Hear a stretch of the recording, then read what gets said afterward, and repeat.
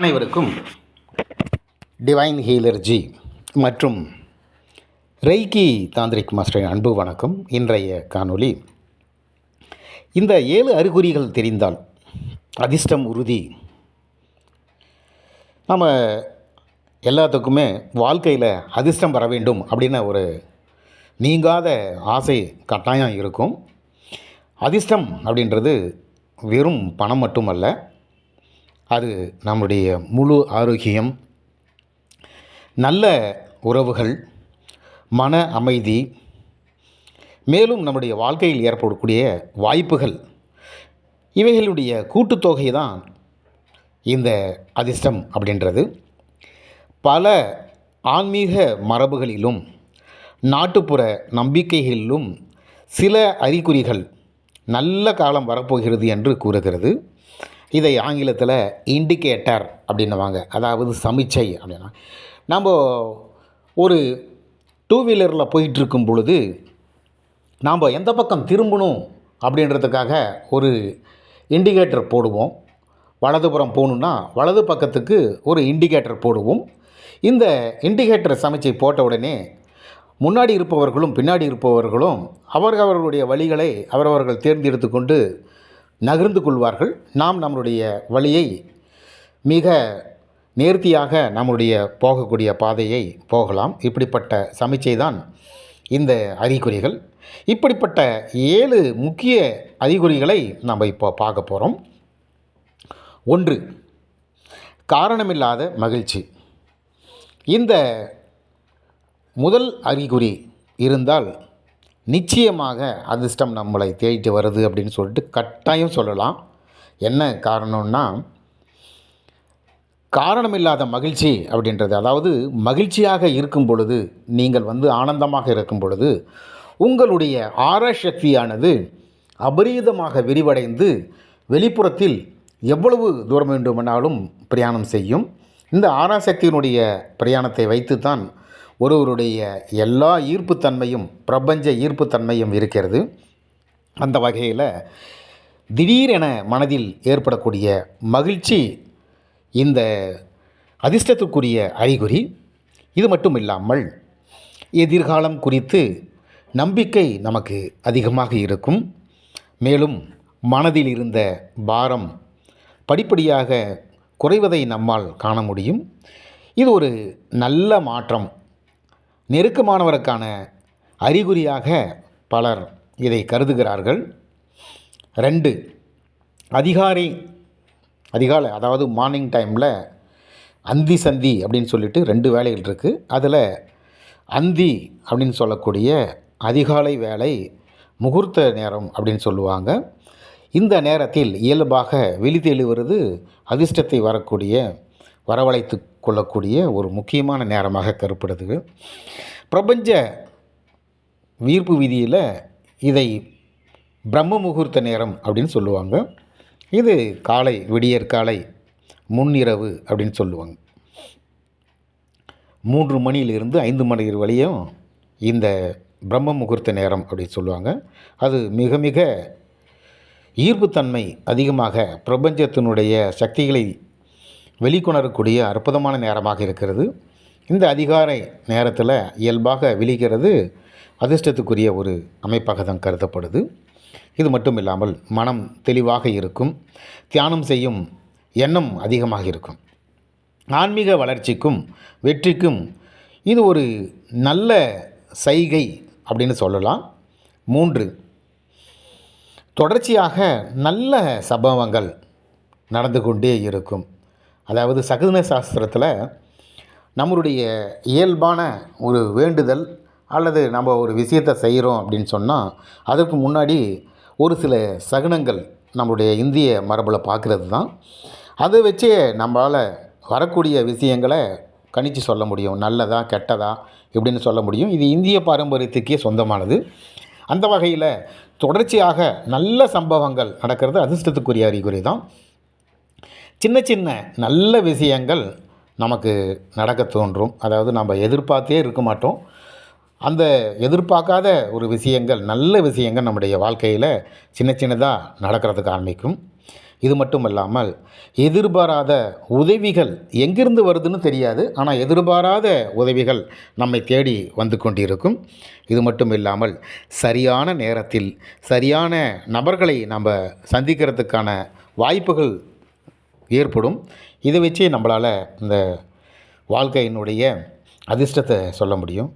மேலும் வாழ்க்கை ஓட்டமானது எளிதாக இருக்கும்.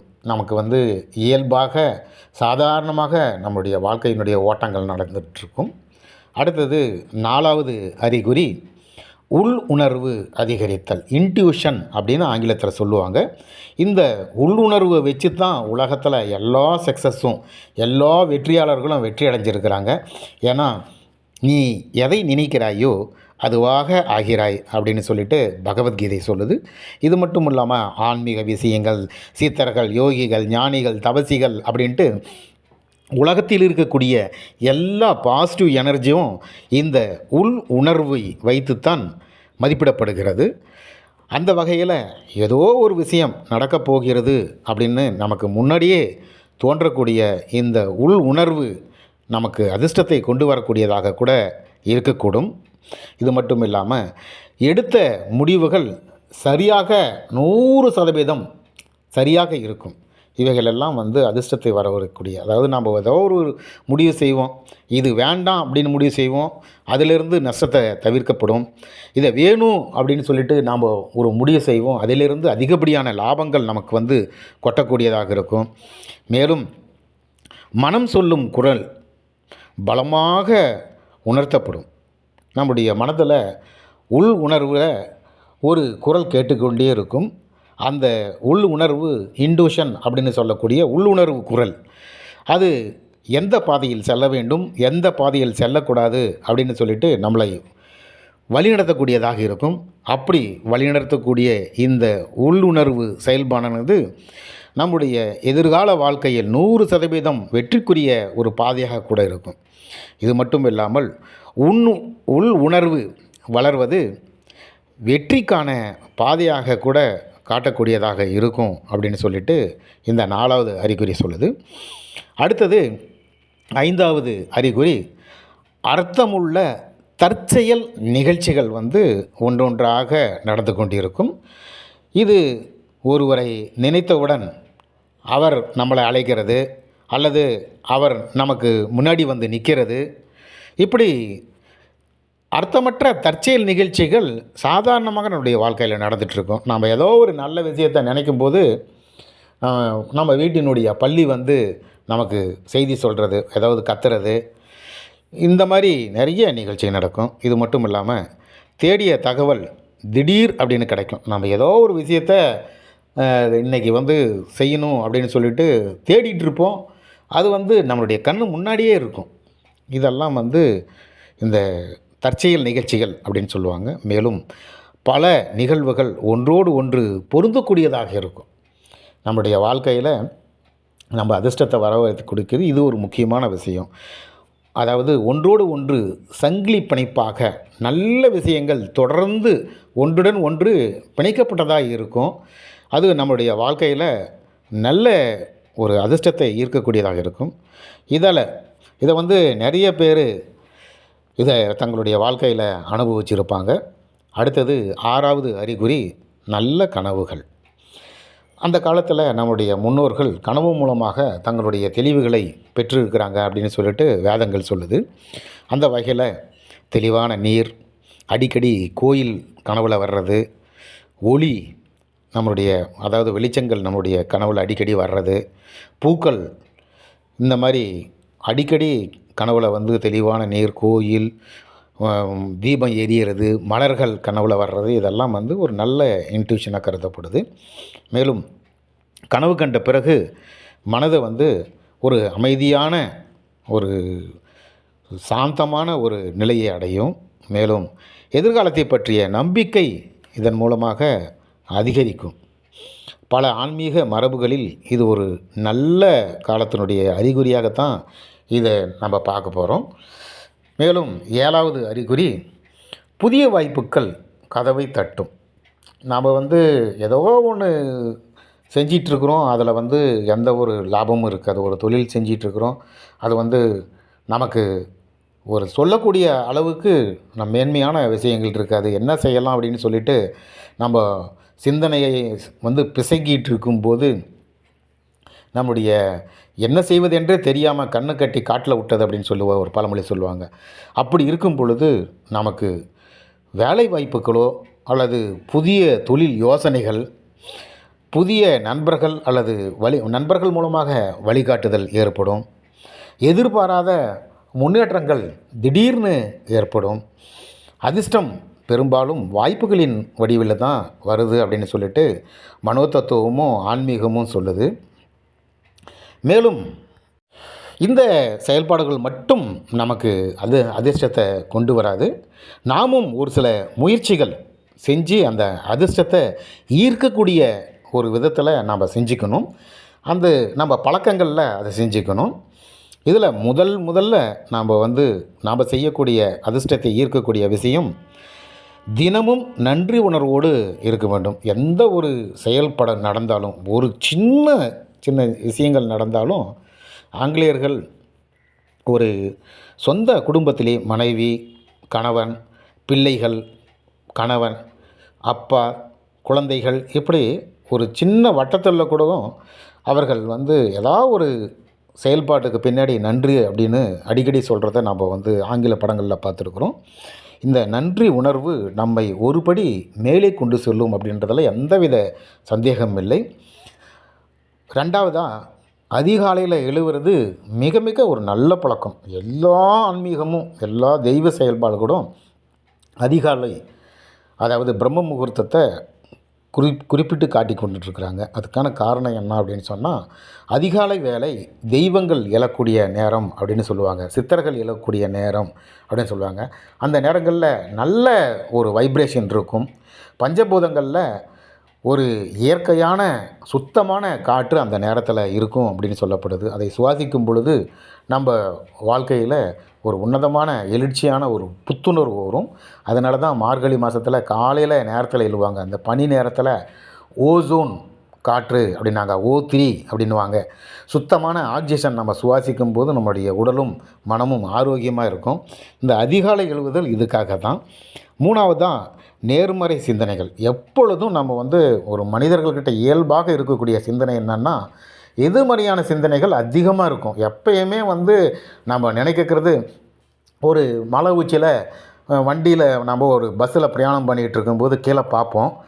கீழே பார்த்த உடனே இந்த வண்டி கீழே கமுந்துச்சுன்னா எப்படி இருக்கும் அப்படின்னு நம்ம கற்பனை பண்ணுவோம். அந்த மாதிரி எதிர்மறையான சிந்தனைகள் செய்யும்போது எதிர்மறையான செயல்பாடுகளை தான் விளைவிக்கும். எனவே நம்ம நேர்மறையான சிந்தனைகளை நம்ம அதே சமயத்தில் நம்ம ஒரு பறவையாக ஒரு பஸ்ஸில் பிரயாணம் பண்ணும் பொழுது நம்ம ஒரு பறவையாக கற்பனை பண்ணிக்கிட்டு நம்ம வானத்தில் பறக்கிற மாதிரி கற்பனை பண்ணோம்னா கூட அது நமக்கு ஒரு பாசிட்டிவான விஷயத்தை கொண்டு வரும். எல்லாமே நினைவு தான். எல்லாமே உள்ளத்துக்குள்ளே உள்ளது தான் உலகம் கண்ணா அப்படின்னு சொல்லிட்டு கண்ணதாசன் ஒரு பாட்டு பண்ணார். அதனால் நேர்மறையான சிந்தனைகள் நம்ம அதிர்ஷ்டத்தை ஈர்க்கக்கூடிய ஒரு கருவியாக இருக்கும். நாலாவதாக, பிறருக்கு உதவுதல். அதாவது இது ஒரு பெரிய ரகசியம். இது நிறைய பேருக்கு தெரியாது. ஒன்றை கொடுத்தால் தான் மற்றொன்றை பெற முடியும் அப்படின்றது இயற்கை கோட்பாடு. கதவை திற காற்று வரட்டும் அப்படின்னு சொல்லுவாங்க. ஒரு பக்க கதவை திறந்தால் தான் இன்னொரு பக்கம் வழியாக காற்று வெளியே போகும் அப்படின்னு சொல்லுவாங்க. அந்த வகையில் நம்மளுடைய பொருள்கள் நமக்கு மற்றவர்களுக்கு கொடுக்கும் பொழுது அது 100 1000 மடங்கு கோடி மடங்கு பெருகுமே அல்லாமல் அது குறையாது. நிறைய இயற்கை பிரபஞ்சம் மேலும் தெய்வீக ரகசியங்கள்லாம் இதுதான் சொல்லுது. ஒரு கோயிலுக்கு போயிட்டு நம்ம கோயில் காரியங்களில் நம்ம பணம் செலவு பண்ணுறது அந்த கோயிலுக்கு செய்யக்கூடிய செலவாக தான் மட்டும்தான் இருக்கும். ஆனால் ஒரு ஏழை ஒரு மனிதருக்கு நாம் ஒரு உணவுக்கோ அல்லது மற்ற விஷயங்களுக்கோ செய்யக்கூடிய உதவி அந்த மனிதருக்கு மட்டுமல்லாமல் தெய்வத்திற்கே நேரடியாக சமர்ப்பித்த ஒரு உதவியாக கூட இருக்கும் அப்படின்னு சொல்லி தான் ஆன்மீகம் சொல்லுது. அடுத்தது 5வதாக தியானம். இது மிக மிக முக்கியம். நம்மளுடைய மனதை ஆல்ஃபா பீட்டா காமா தீட்டா அப்படின்னு சொல்லிட்டு நம்மளுடைய மைண்டில் அலை ஓசைகள் ஒரு ஃப்ரீக்குவென்சி அப்படின்னுவாங்க. அதிர்வலைகள் வேறு வேறு அதிர்வலைகளாக மின்சாரம் அலைவுகளாக ஓடிக்கிட்டு இருக்கும். இந்த அதிர்வலைகளில் மாற்றங்கள் ஏற்படும் பொழுது நம்முடைய செயல்பாடுகள்லையும் நம்ம உடல் ரீதியான மாற்றங்கள் கூட ஒரு வியாதி ஏற்படுறதுக்கு கூட இந்த அதிர்வலையில் தான் ஏற்படுது அப்படின்ட்டு தான் மனோதத்துவம் சொல்லுது. அந்த வகையில் ஆல்ஃபா அப்படின்னு சொல்லக்கூடிய ஒரு நிலைக்கு போகிறது தான், இந்த ஃப்ரீக்குவென்சியை கொண்டு போகிறது தான் தியானத்தினுடைய முக்கியமான ஒரு நிலை. நம்மளுடைய அஷ்டாங்க யோகத்தில் ஏமம், நியமம், ஆசனம், பிரத்தியாகாரம், தியானம், தாரணை, சமாதி இப்படின்னு சொல்லிட்டு அஷ்டாங்க யோகத்தில் தியானம் ஒரு முக்கியமான இடத்தை வகிக்கிறது. ஒவ்வொருவரும் குறைஞ்சது எனக்கு வேலை இருக்குது, என்னால் செய்ய முடியாது அப்படின்றது இல்லை. நமக்கு எந்த நேரம் நமக்கு தோன்றுதோ, நமக்கு எந்த நேரம் அது பயன்படக்கூடிய அளவில் இருக்க ஒரு 5 நிமிஷம் நம்முடைய மனதை அமைதியாக வைத்து தியானம் செய்வது நம்முடைய எதிர்கால வாழ்க்கைக்கு உதவியாக இருக்கும். இது மட்டும் இல்லாமல் நம்ம நல்ல வார்த்தைகளை பேசுதல் மிக அற்புதமான ஒரு செயல்பாட்டிற்கு வழிவகக்கூடியது, ஒரு படி மேலே கொண்டு போகக்கூடியது. நாம் பேசுவது எப்பயுமே ஔவையார் சொல்லுவாங்க, நல்லாரை காண்பதும் நன்று, நலமிக்க நல்லார் சொல் கேட்பதும் நன்று, அவரோடு இணங்கி இருப்பதும் நன்று அப்படின்னாங்க. இதெல்லாம் எதுவுமே இல்லைன்னா அவனுக்கு குணங்கள் உரைப்பது நன்று அப்படின்னாங்க. ஒரு நல்ல வார்த்தை, ஒரு நல்ல சொல் பேசுகிறது நம்ம இந்த பிரபஞ்சத்தில் பஞ்சபூதங்களோடு சேர்ந்து ஒரு நல்ல ஒரு வைப்ரேஷனை உருவாக்கி அதே திருப்பி கொண்டு வந்து, சுவர் மேல் பட்டு எறிந்தால் பந்து பட்டது போல் திரும்பி வரும் அப்படின்னு சொல்லிட்டு சொல்லுவாங்க. அதை நம்ம நல்ல வார்த்தைகளை விதைக்கும் பொழுது நமக்கு ஒரு நல்ல திரும்ப வரக்கூடியது ஒரு நல்ல விஷயங்கள் தான் நடக்கும் அப்படின்னு சொல்லுது. இறுதியாக 7வது விஷயம் என்ன அப்படின்னு சொன்னால் விடாமுயற்சி. உலகத்தில் இதில் தான் எல்லாமே தோற்று போகிறாங்க. அகத்தியர் சொல்கிறாங்க, உலகம் பட்டறிந்து கூடறிந்தது கூடு அழிந்தது எங்கேயே கூறுறேன் அப்படின்னு சொல்கிறாரு. உலகம் எந்த இடத்துல தன்னுடைய வீழ்ச்சியை எந்த இடத்துல காட்டுச்சு அப்படின்னு சொல்லிட்டு நான் சொல்கிறேன், விளக்கம் சொல்கிறேன் அப்படின்றாங்க. அதுதான் விடாமுயற்சி. விடாமுயற்சி ஒருத்தர்கிட்ட இருந்துச்சுன்னா அவர் வாழ்க்கையில், அதாவது வெற்றிகளும் தோல்விகளும் வீரனுக்கு ஒரு அழகாக இருக்கும், தோல்வி தான் வெற்றிக்கு முதல் படியாக இருக்கும். அந்த வகையில் நிறைய பேருக்கு இந்த விஷயம் தெரியாது. ஒரு ஒரு இடத்துல நமக்கு ஒரு நல்ல விஷயங்கள் ஏற்படலை, நமக்கு ஒரு சாதகமான சூழ்நிலை ஏற்படலைன்னா உடனே நமக்கு மனசு தோண்டு போகிறது. அந்த மாதிரி இல்லாமல் இதெல்லாம் நடக்கக்கூடியது, இயல்பாக நடக்கக்கூடியது தான். இது நிலையானது இல்லை அப்படின்னு தெரிஞ்சுக்கிட்டு விடாமுயற்சியாக தொடர்ந்து செய்யும் பொழுது நம்ம வாழ்க்கையில் அதிர்ஷ்டம் மட்டும் இல்லாமல் நம்ம உலகத்தையே நம்ம ஜெயிச்சதுக்கான ஒரு உன்னதமான நிலை ஏற்படும். இது நாம் கடைபிடிக்க வேண்டிய விஷயங்கள். இறுதியாக அதிர்ஷ்டம் என்பது வானத்திலிருந்து விழக்கூடிய ஒரு பொருள் அல்ல.